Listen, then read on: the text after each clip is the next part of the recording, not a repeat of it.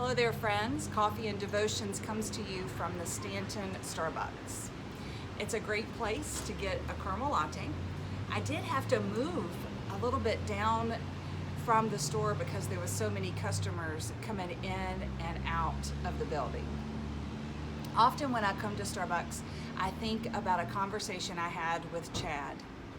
I was on my lunch break at this conference that I attended, and I went into Starbucks, got my coffee and an item, and walked outside to find an empty bench to enjoy my meal.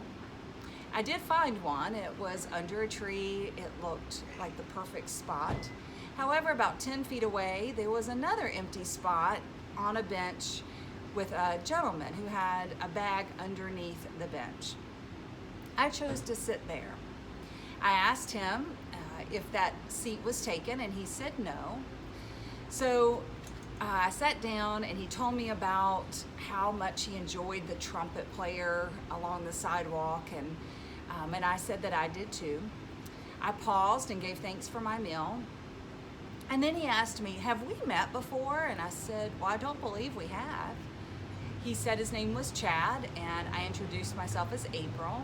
We shook hands, and he was off to talking, which gave me a lot of time to enjoy my lunch.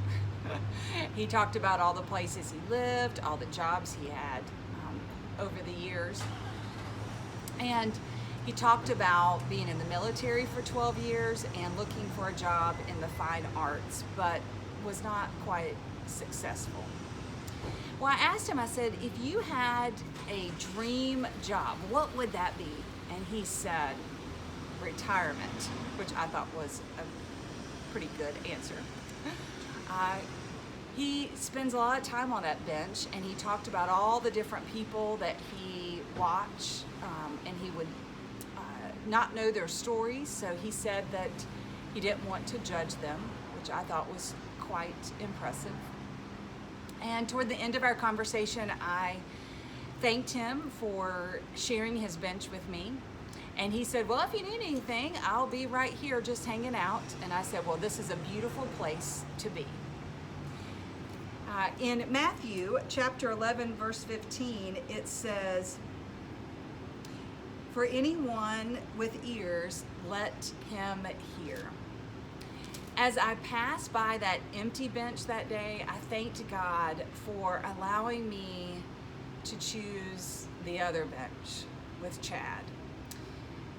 A bench that was full of life, free of judgment, and an opportunity to provide a listening ear.